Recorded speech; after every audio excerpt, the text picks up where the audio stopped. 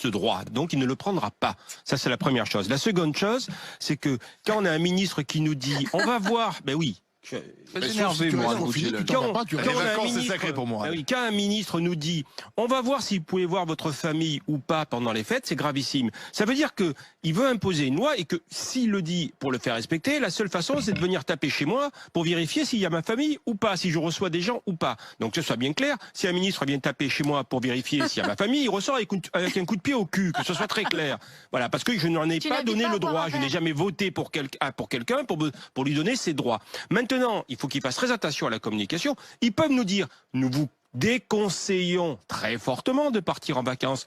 Nous vous déconseillons très fortement de faire des réunions familiales. Nous sommes des gens adultes, on peut l'entendre. On peut même, par rapport à ça, décider de comment on va gérer pour minimiser les risques. Et minimiser les risques, c'est de ne pas partir éventuellement. Mais si c'est pour passer le reste de mes jours à me dire, j'ai un mec ou un conseil de défense qui va décider comment je dois respirer, c'est juste plus possible. Il suffit de voir la communication désastreuse sur le vaccin. Moi, j'espérais que le jour où on trouve un vaccin, moi, je suis bête, je me disais, il y a un jour, on va dire, ça y est, on a le vaccin, c'est fait, on va.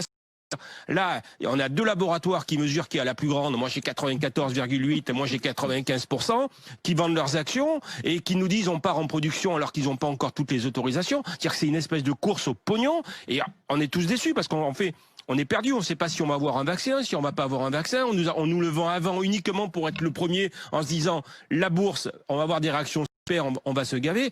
On nage en plein délire. Je me demande comment les Français peuvent accepter ça.